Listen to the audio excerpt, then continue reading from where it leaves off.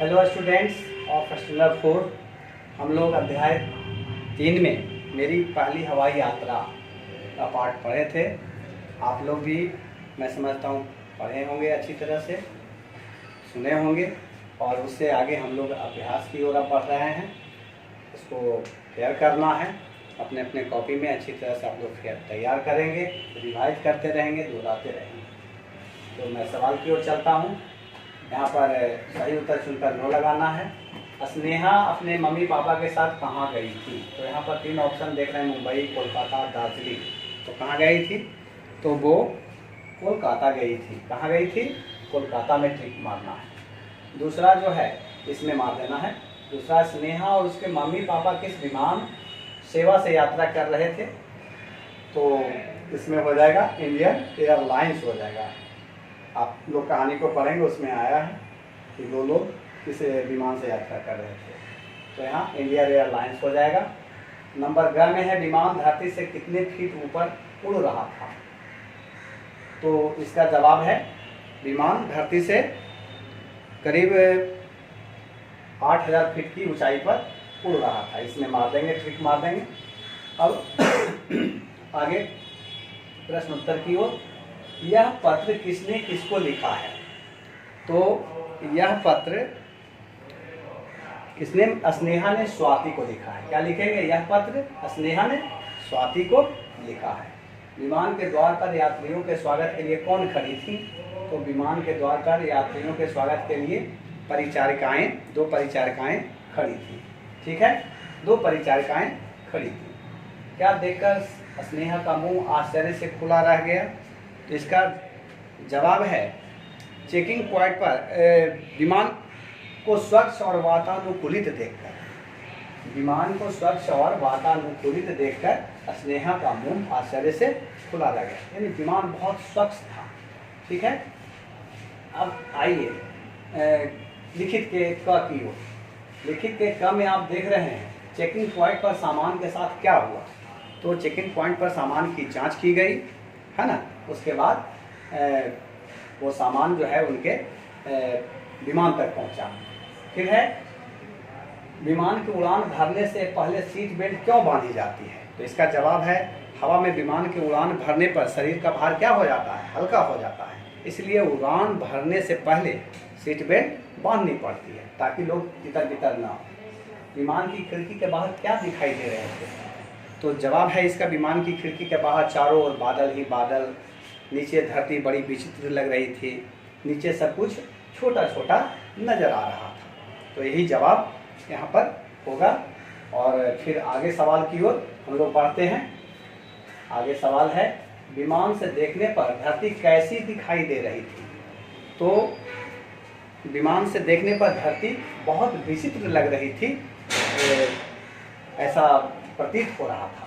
तो अब नंबर 3 में देखिए, दिए गए शब्दों की सहायता से रिक्त स्थानों की पूर्ति करना है। सामान पर हमारे नाम का लगा दिया गया। क्या लगा दिया गया? बस यही हो जाएगा लेबल, है ना।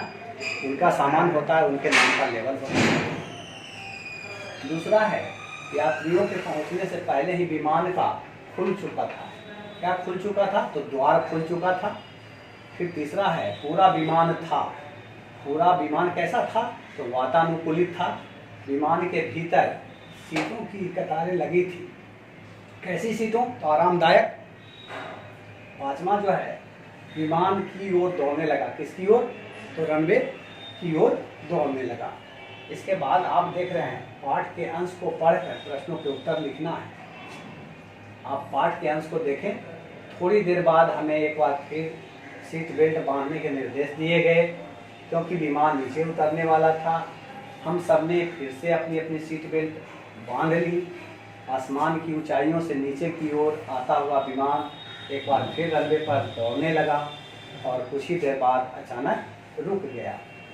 तो यात्रियों को एक बार फिर क्या निर्देश दिए गए? तो जवाब हो जाएगा यात्रियों को एक बार फिर सीट बेल्ट बांधने के निर्देश दिए गए। दूसरा सवाल है यात्रियों को सीट बेल्ट बांधने के निर्देश क्यों दिए गए? क्योंकि विमान नीचे उतरने वाला था। जवाब क्या हो जाएगा? क्योंकि विमान नीचे उतरने वाला था, इसलिए यात्रियों को एक बार फिर से सीट बेल्ट बांधने के निर्देश दिए गए। तीसरा है विमान नीचे आकर कहाँ दौड़ने लगा? तो तीसरा का जवाब होगा विमान नीचे आकर रनवे पर दौड़ने लगा। तो बस अब मैं समझता हूँ आप लोग सभी प्रश्न उत्तर समझ रहे हैं और उसको अच्छी तरह बनाएंगे। अब भाषा बोध की ओर बढ़ते हैं। भाषा बोध में हम लोग देखते हैं वर्ण दो प्रकार के होते हैं, स्वर तथा व्यंजन। तो स्वरों के बिना व्यंजनों का उच्चारण नहीं किया जा सकता। आप जानते हैं बगैर स्वर के हम लोग व्यंजनों का उच्चारण नहीं कर सकते हैं। तो प्रत्येक व्यंजन में अस्वर मिला होता है। स्वर के बिना व्यंजन को लिखने के लिए उसमें हलंत लगाया जाता है। देख रहे हैं यहाँ पर हलंत किस तरह से लगाया जाता है। जब किसी शब्द के स्वरों और व्यंजनों को अलग अलग किया जाता है तो उसे वर्ण विच्छेद कहते हैं। तो ठीक है, आप लोग यहाँ तक समझ रहे हैं और इसी के आधार पर यहाँ पर दिया गया वर्ण विच्छेद करने के लिए आपको। विमान का देखिए, व हलंत जोड़ ह्रस्व ई, माँ हलंत जोड़ आ और ना हलंत जोड़ आ। तो इसी तरह से सामान को भी कर देना, स हलंत जोड़ आ, माँ हलंत जोड़ आ और ना हलंत जोड़ आ कर देना है। टिकट में भी ट हलंत जोड़ ह्रस्व ई, क हलंत जोड़ आ और ट हलंत जोड़ आ करना है। शरीर में भी इसी तरह से तालब स हलंत जोड़ आ और र हलंत जोड़ दीर्घ ई और र हलंत जोड़ आ। इसी तरह से खिड़की को कर देना है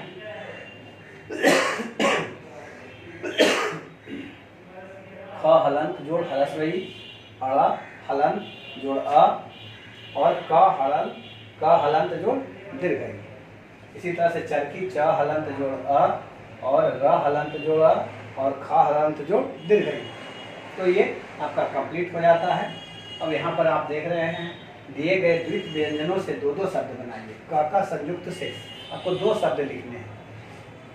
तो जैसे आप लिख सकते हैं क्या, ब्रिक भी लिख सकते हैं और मक्का भी लिख सकते हैं।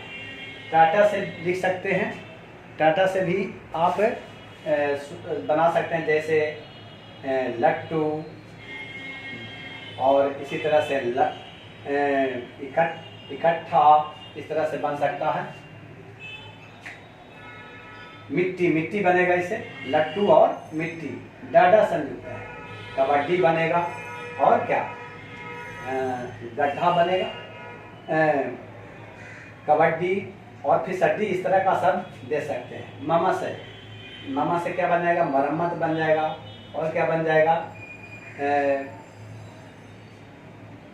मम्मी बन जाएगा।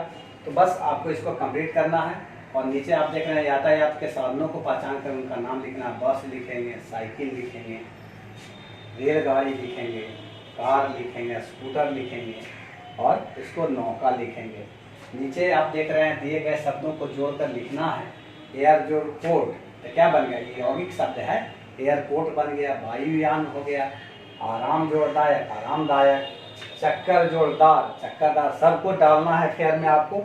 ऐसा नहीं, ये टोटल काम करना है आपको और इसको रिवाइज भी करना है। शब्दों पर पकड़ भी रखनी है किस तरह का शब्द है। एयर ब्रिज है, अब प्रतीक्षा जोड़ा लें, प्रतीक्षालय। तो बस अब ये लेसन समाप्त होता है।